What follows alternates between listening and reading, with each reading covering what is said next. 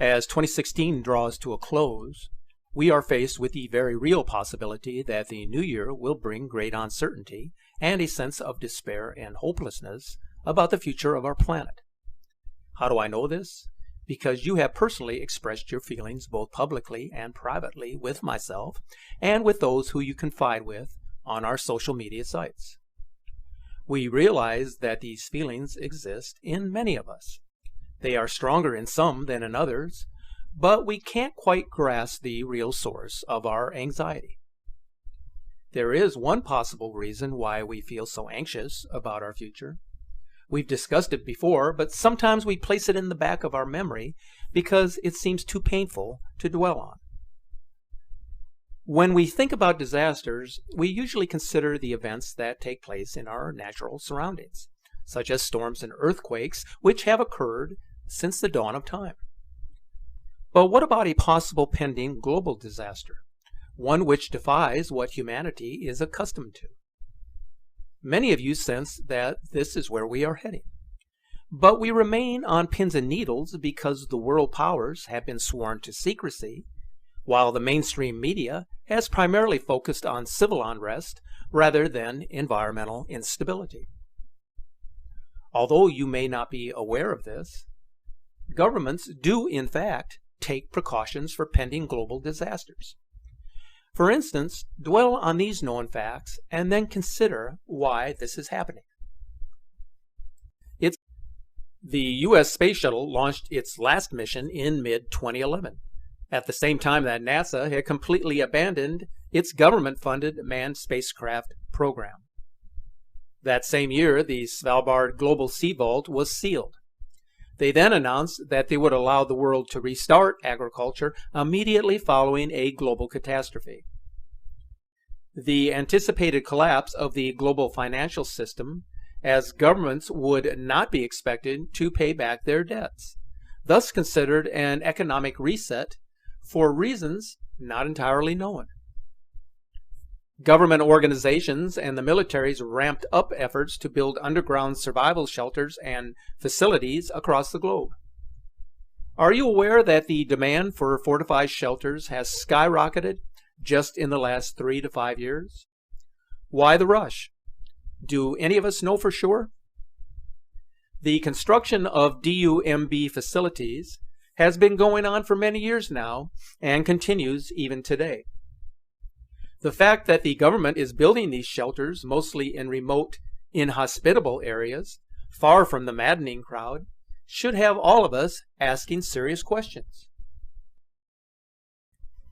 China has decided in just the past few years to quickly build subway complexes below most of their major cities, which is very odd in terms of timing. The government also constructed a survival bunker capable of holding 200,000 chosen people. Russia announced the construction of 5,000 new nuclear bomb shelters that were required to be completed by the end of this year, 2016. Their subway system also had to be relocated deeper than needed for use as emergency shelters. And what about FEMA? Many of you already know of these reports and have commented that they are building camps and acquiring body bags, as well as stockpiling tons of dried food.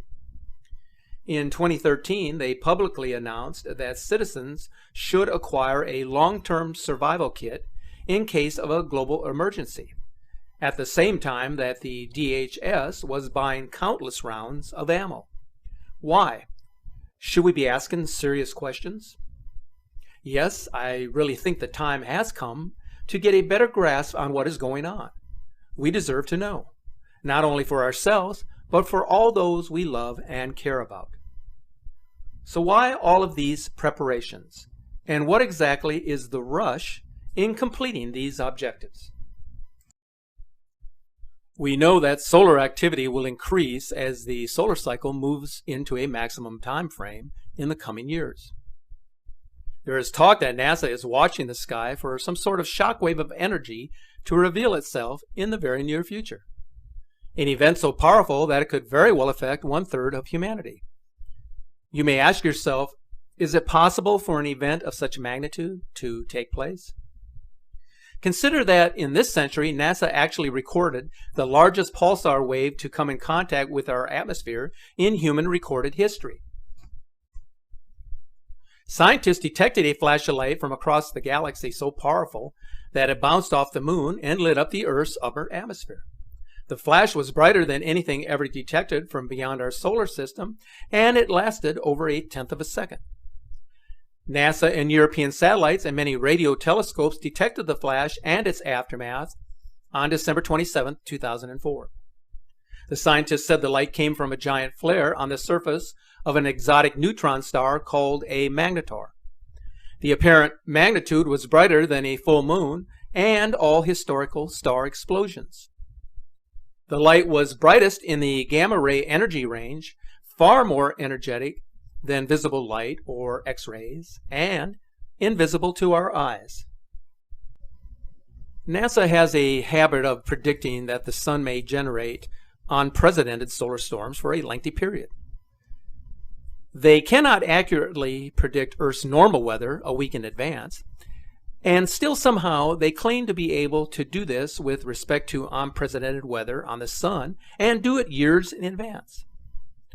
So what they are saying is that they are more dependent on vulnerable computer technology now. But we had similar dependencies in 2001 and in 1990 when previous 11-year solar cycles hit. So what is different about the current cycle? Their solar prediction would almost suggest that they possess some sort of extra information that has not been currently stated. So this may be more accurate than any of us would have imagined. In October of this year, the President, by executive order, implemented a coordinated effort to begin within the next 120 days from the date of his order to prepare the nation for catastrophic space weather. The order was prepared and provided to the media on short notice.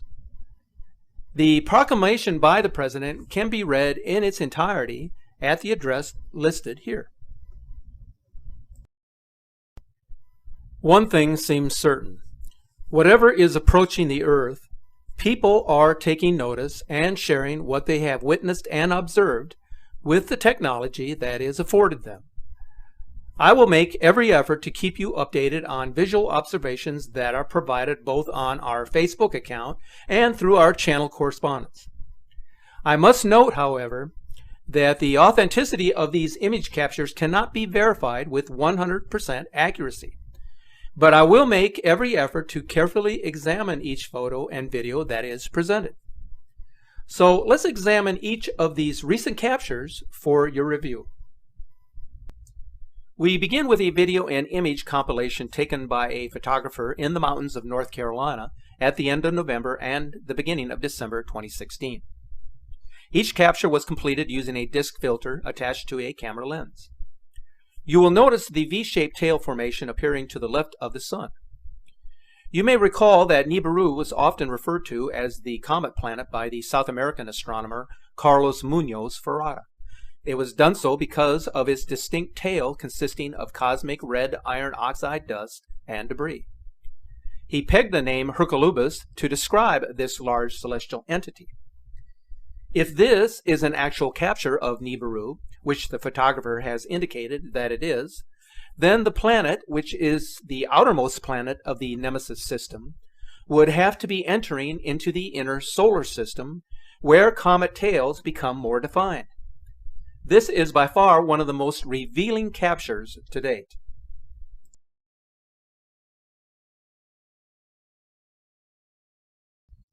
In these images from December 2nd, there are two orbs captured below the sun. Notice how both objects are appearing behind the tree line, which is absolute proof of the existence of celestial entities, as flares or reflections will always appear in front of objects in the landscape. I wanted to include this extraordinary capture taken in August from Brazil, because the winged formation, or the winged serpent anomaly, has been photographed on at least 3 or 4 separate occasions since the beginning of 2016. Notice how the entire formation appears from behind the mountains and is reflected in the water. This capture is once again indicative of the formation of the winged globe, as revealed by the Maestria Observatory in Brazil on December 6th. In the image sequence, there is an enormous entity that comes into view separate from the Sun. The enlarged photo of this object shows the tremendous wingspan of this comet-like entity. What's so interesting about this is that the formation is appearing on two separate observatory cameras, both of them from Brazil, as shown here just below the Sun from the Dog's Heaven Observatory. So needless to say, we have two separate sky cameras that are showing the same thing. More than just a coincidence in these captures. Here is a naked eye observation from Canberra, Australia, which I just received yesterday. The observer indicated that the object was visible before capturing it with his camera, appearing just above and to the right of the Sun. If you look closely at the object, it appears to be partially eclipsed, possibly due to haze in the atmosphere, but nevertheless an object which the observer indicates was visible prior to capturing the image with his camera. This is also a naked eye observation from Seville, Spain on December 7th. The observer indicates that after noticing something very bright in the sky, he then grabbed his camera and photographed it. After examining this image, I was able to rule out the possibility of this being a sundog, as the characteristics of this type of anomaly are not consistent to label it as such. And it cannot be a flare or reflection because the observer indicated that he saw it prior to capturing the image with his camera. This video capture is most revealing in that there are two very distinct and separate light sources emanating from the observatory's sky camera. This is what is commonly referred to as a two-sun phenomena, which I must add has just recently been viewable from the all SkyCam observatories. Also notice that the Sun to the right is smaller and not as bright, which would fall in line with the hypothesis about a brown dwarf binary star in our solar system.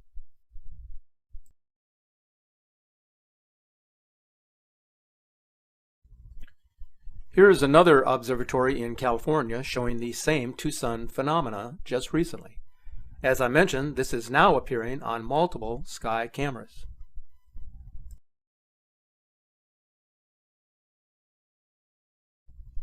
The following compilation of images were captured through the coordinated efforts of a group of amateur astronomers from Canada and the United States on November 14th, and featured in a video publication on the YouTube channel That Is Impossible. These appear to be showing an inbound planetoid or brown dwarf, larger than the known planets of Jupiter and Saturn, and certainly much larger than either Uranus or Neptune.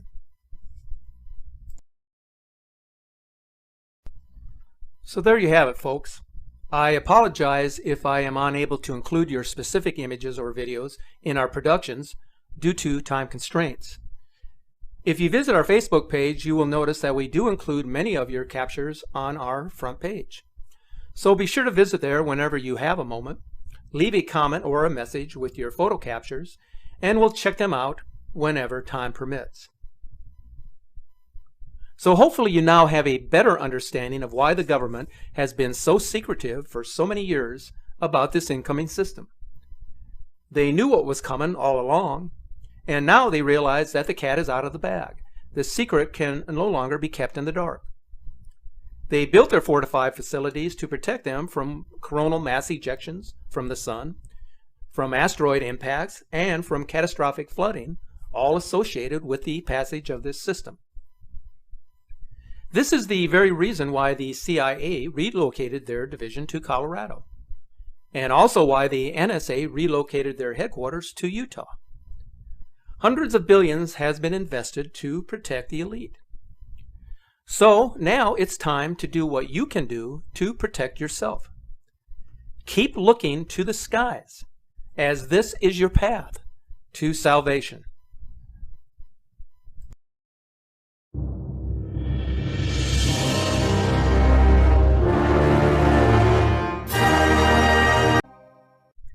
second week of December.